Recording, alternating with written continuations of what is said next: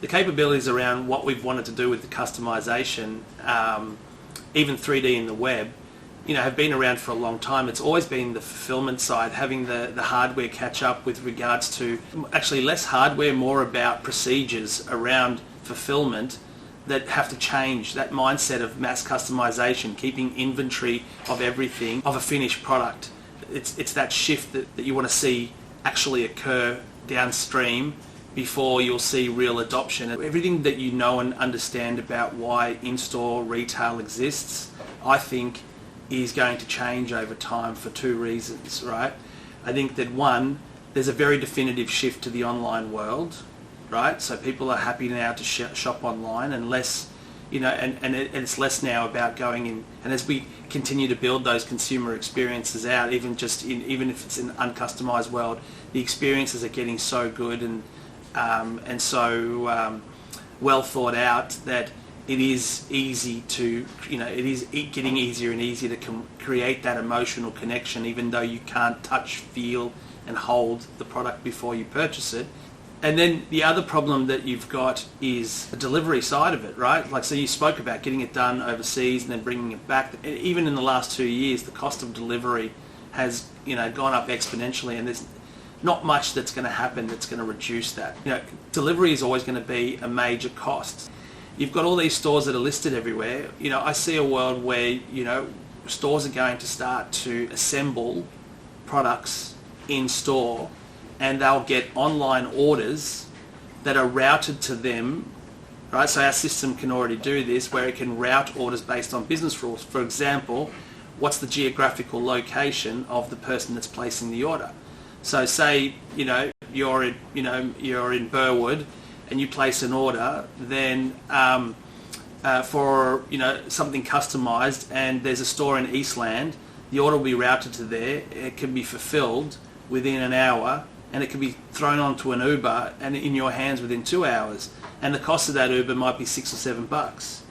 And I got it in 2 hours. So we solved the problem of time to like the actual time to actually process and get the product out.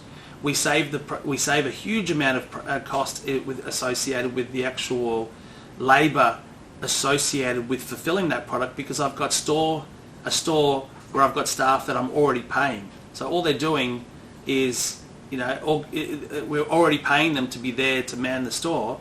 Why not have them stick on a few labels, or print a couple of things, and or assemble products in a particular way, even if they're just basic inventory items, where we say, okay, let's take the yellow pillowcase and put it into this material, and screen print quickly. Like, you can buy little printers and little things to fulfill that are desktop.